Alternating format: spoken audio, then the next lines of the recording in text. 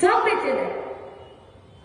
আপনি ভাবতে পারছেন যে মর্গে থাকা একটা ডেড বডির সাথে সহবাস করেছে সেই সন্দীপ ঘোষ, তাদের ভিডিও বাইরে বিক্রি করে দিয়েছে।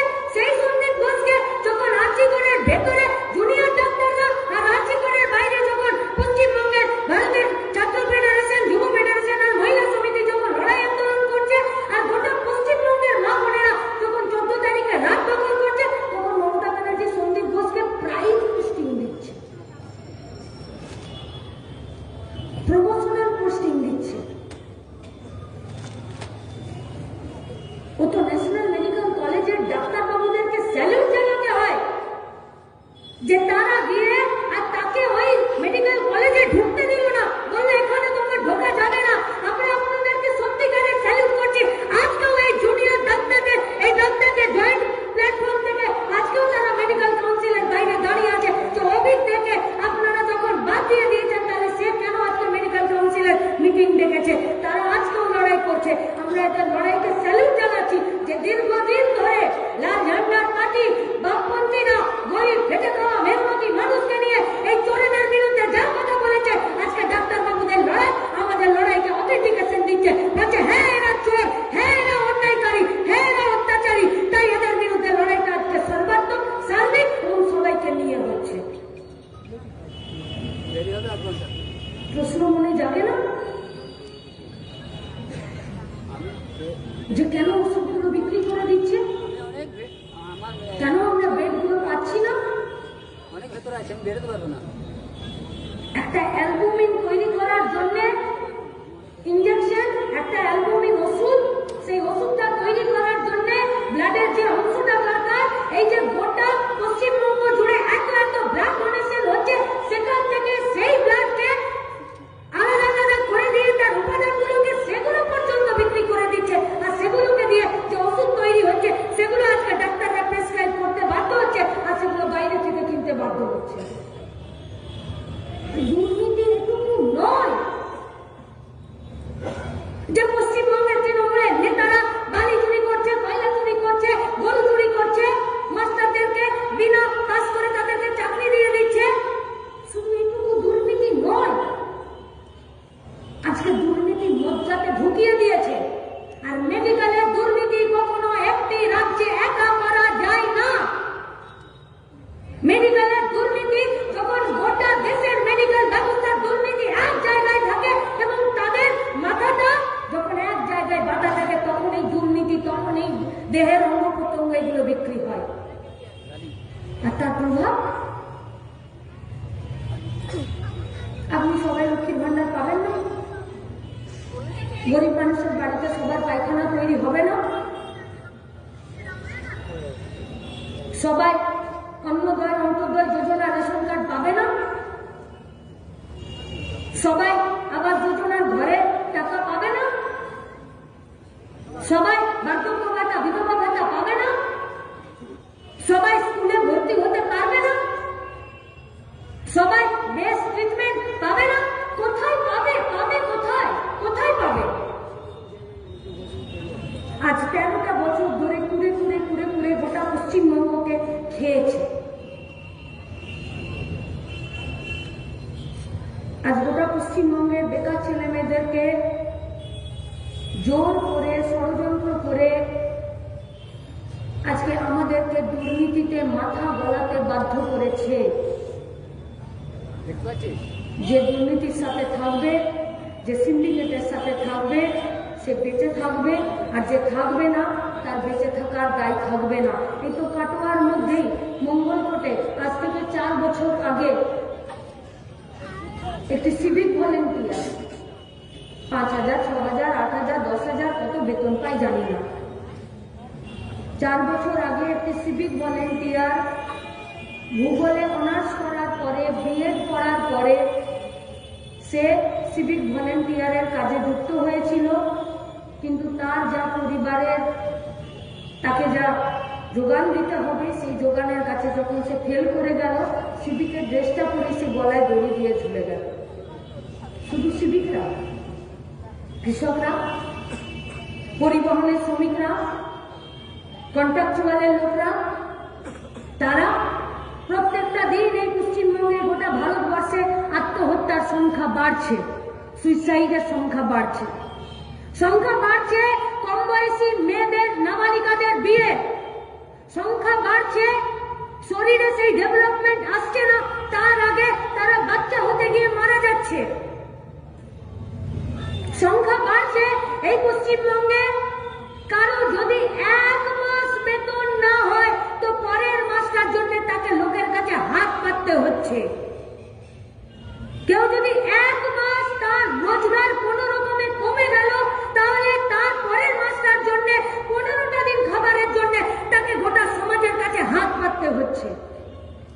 তাই তো গোটা বর্ধমান জুড়ে মাইক্রো ফিন্যান্সের ছোট ছোট ব্যাংকগুলো এত দাপাদাপি।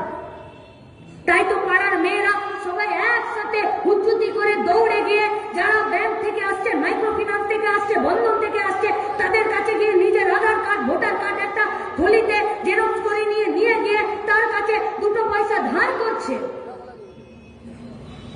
আর তারপরে যখন সপ্তাহে সপ্তাহে শোধ দিতে পারছে না, তখন এই মাইক্রো ফিন্যান্সের দাপাদাপি, তাদের বাউন্সারদের মার, তাদেরকে ঘর ছাড়া করা, জমি ভিটে মাটি সব ছেড়ে বেড়ে দিয়ে চলে যাচ্ছে।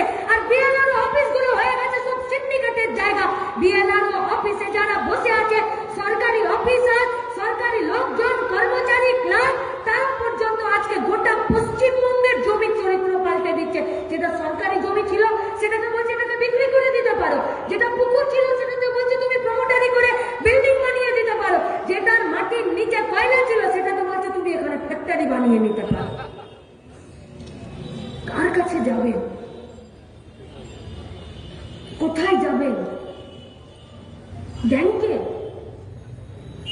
কেউ ভাবছে যে আমি একটু ভালো আছি, বাড়ি তৈরি করার জন্য, গাড়ি কেনার জন্য 30 লাখ টাকা লোন নিয়েছে, সেই লোন সুদে আসলে 40 লাখ টাকা তাকে শোধ করতে হচ্ছে। শোধ না করে দিলে কোমরে দড়ি পড়বে, নইলে গাড়িটা নিয়ে যাবে, নইলে বাড়িটাকে তারা সিজ করে দেবে। আর আম্বানি আদানিরা 49,000 কোটি টাকা লোন নিয়ে চলে গেল আর 455 কোটি টাকা শোধ করলো। দেশের সরকার, রাজ্যের সরকার এরা চুপ করে বসে আছে। किसके पास है सरकार? क्या ब्लूप्रिंट है पश्चिम बंगाल के बेरोजगार नौजवानों के लिए? কাটোয়া শহরের বাইরে গেলে তো গোটা বর্ধমান জুড়ে ধানের চাষ, আলুর চাষ, সবজির চাষ। আর আমাদের জেলার ছেলেরা আজকে দক্ষিণের রাজ্যে চলে যাচ্ছে ধানের আটি বাঁধতে। গেছে একটা ছেলে, বাপ, মা, ভাই, বউ, বাড়িতে শুধু একটা ফোন এসেছে যে ছেলেটা মরে গেছে। কি করে মরলো কেউ জানে না। ডেড বডি কবে আসবে? 2 দিন আগে মরেছে, এখন অব্দি ডেড বডি পশ্চিমবঙ্গে এসে পৌঁছায়নি। বিডিওর কাছে খবর আছে এই গ্রাম থেকে কটা ছেলে গেছে বাইরের রাজ্যে, খবর না নেই। লেবার কমিশন জানে, পরিযায়ী শ্রমিকরা তারা তাদের নাম লিপিবদ্ধ করছে কিনা জানে না। অথচ পরিযায়ী শ্রমিকের বাইরের রাজ্যে 1 মাসে পাওয়া 12,000 6,000 টাকা পশ্চিমবঙ্গের বাজারে খাচ্ছে। আমি শুরুতেই বলেছিলাম আমরা পাল্টাবো। আমরা মানে লাল ঝান্ডার পার্টি শুধু নয়, আমরা মানে আমাদের ঘামে যে সরকারের কোষাগারে টাকা যায়, আমরা মানে আমাদের বতরে যে সরকারের ট্যাক্সের টাকা উপার্জন হয়, আমরা মানে আমাদের রক্ত ঘামে যে সরকারের কাছে পয়সা আসে শিক্ষার জন্য, স্বাস্থ্যের জন্য, বাড়ির জন্য, খাবারের জন্য। আমরা বদলাবো সমাজ, আমরা বদলাবো সময়। আমাদের কাছে আছে ব্লুপ্রিন্ট, আছে লাল ঝান্ডার কাছে ব্লুপ্রিন্ট। লাল ঝান্ডা লড়তে জানে, লাল ঝান্ডা আমাদেরকে শেখায় না। আত্মপ্রচার করছি না, मीडिया हमसे पूछ रहा था, कोई फेसबुक में, कोई टीवी में, कोई ट्वीट में कर रहा है कि मीनाक्षी मुखार्जीरा गाड़ीটা আটকে দিল। আমরা বলছি मीनाक्षी मुखार्जीরা গাড়ি আটকায়নি, গাড়ি আটকেছে মানুষের দাবিতে সমাজ বদল করার দর্শন আর আমাদের আদর্শ। যে আদর্শ আমাদেরকে অন্যায়ের বিরুদ্ধে, স্বৈরাচারের বিরুদ্ধে, অত্যাচারের বিরুদ্ধে বুক পেতে জানের পরোয়া না করে যে কোনো গাড়ির কাছে দাঁড়িয়ে যেতে আমাদেরকে উৎসাহ দেয়। হ্যাঁ, আমরা দাঁড়াতে চাইছি, শুধু আপনাদের হাত ধরতে চাইছি। জিনিসপত্রের দাম, মানুষ মরে যাচ্ছে। 470 টাকা দেশি মুরগা বলছে যে ও ক্যাট ক্যাট করছে, বলছে এর নিচে আমি যাবো না তোমার বাড়ি। খাসির মাংস তো দূর থেকে দেখলে ট্যাক্স লাগবে।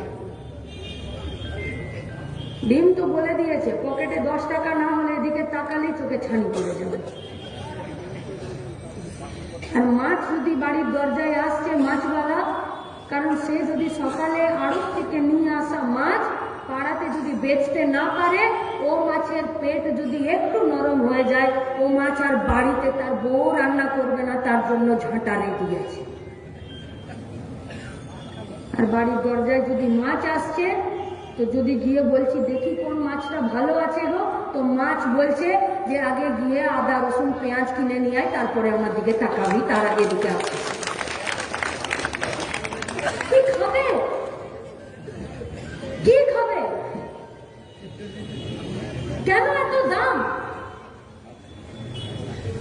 ওদিকে যে মাছ চাষ করছে, যে ধান চাষ করছে, যে সবজি চাষ করছে, ও মরে যাচ্ছে, আর আমি যে চাষ করি না, আমি কিনতে যাচ্ছি, আমিও মরে যাচ্ছি। শরীরে রক্ত নেই। আমরা আপনাদের কাছে আবেদন করছি, যান না ছাত্র যুব মহিলারা, কয়েকটা বস্তিতে একটু ফ্রিতে হিমোগ্লোবিন টেস্টের কয়েকটা ক্যাম্প লাগিয়ে দিন। BMOH কে কার্ড দিয়ে নিমন্ত্রণ করুন যে আসুন একটু হিমোগ্লোবিন টেস্ট করবো, ওইখানে একটু দাঁড়াবেন আপনি। গোটাটার একটা ভিডিও করে দিন, একটা গুগল অ্যান্ড্রয়েড ফোন নিয়ে, আর একটা বস্তিতে গিয়ে মেয়েদের একটা হিমোগ্লোবিন টেস্ট করিয়ে দিন। আর 100টা মেয়েদের হিমোগ্লোবিন টেস্ট করালে আমরা আপনাদেরকে কথা দিচ্ছি 80 জনের হিমোগ্লোবিন 8-এর উপরে যাবে না। যে মায়ের নিজের শরীরে রক্ত নেই, সে কি করে সুস্থ বাচ্চার জন্ম দেবে গো? কি করে দেবে সে সুস্থ বাচ্চার জন্ম? বাচ্চা সুস্থ হবে না, তার খাবার হবে না, তার টিকা হবে না, তার ওষুধ হবে না, তার লেখাপড়া হবে না, তাহলে যে ছেলেটা যে মেয়েটা জন্মাবে তার শিক্ষা হবে না, সে কি করে বড় হবে? সে তো তৈরি হবে গলির একটা গুন্ডা। তাহলে কি দেশের সরকার, রাজ্যের সরকার পাড়াতে পাড়াতে গলির গুন্ডা তৈরি করতে চাইছে? তখনই চলে আসে আবার অচিন্ত জেঠুদের শিক্ষা, আমাদের পার্টির অভিভাবকদের শিক্ষা, অঞ্জন কাকুদের শিক্ষা, যে মার্ক্সবাদ বলেছে যে এই সমাজ ব্যবস্থা এরা চায় বেকার ছেলে মেয়েদের মজুদ বাহিনী রেডি রাখতে, নইলে এরা কম পয়সায় আমাদের গতর কিনতে পারবে না। তাই এরা চায় যাতে এদের চাকরি না হয়, এরা যাতে মাথা তুলতে না পারে, এদের মাথা ব্রেন যাতে শার্প না হয়, এরা যাতে মাথা নামিয়ে বাঁচতে পারে।